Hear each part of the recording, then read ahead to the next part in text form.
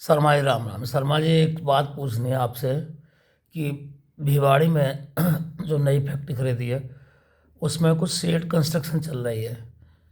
तो उस कंस्ट्रक्शन में जो मटेरियल आ रहा है, लोहे का भी आ रहा है, सरी और लेंटर वगैरह का सामान, सरिया गार्डर वगैरह सब ये जो आ रहे हैं, इन पे जीएसटी लगा हुआ है। तो इसको हम क्लेम नहीं कर रहे हैं।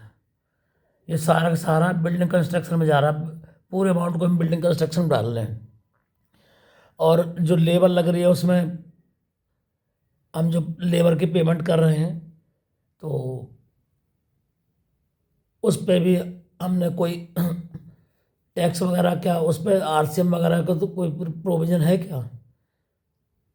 और कुछ मटेरियल जैसे इधर उधर से आ जाता थोड़ा बहुत करके, और उस पर कोई आरसीएम वगैरह का कोई प्रोविज़न तो नहीं है, कहीं बाद में पता चले इस पे भी आरसीएम लगना था। तो क्योंकि हमने इस पर कोई आरसीएम वगैरह का अभी तक हमको कोई प्रोविज़न नहीं किया है। जो बिल्डिंग में सामान लग रहा है, कुछ बिलों पे आ रहा है, कुछ बगैर उसके आ रहा है, छोटे मोटे सामान। बाकी मेन सामान तो उस पर ही आ रहा बिलों पर। और दूसरी बात ये है कि हमने सारा एक यार्ड में चढ़ाया है ये बिल्डिंग कंस्ट्रक्शन में। अगर इन पे कोई, जब आप एनुअल रिटर्न फाइल करेंगे तो समस्या ये आएगी कि पोर्टल पर तो दिखाएगा भाई इतना सारा जो हमने मटेरियल खरीदा है, इतना टैक्स था उसके अंदर, जबकि हमने क्लेम किया नहीं है।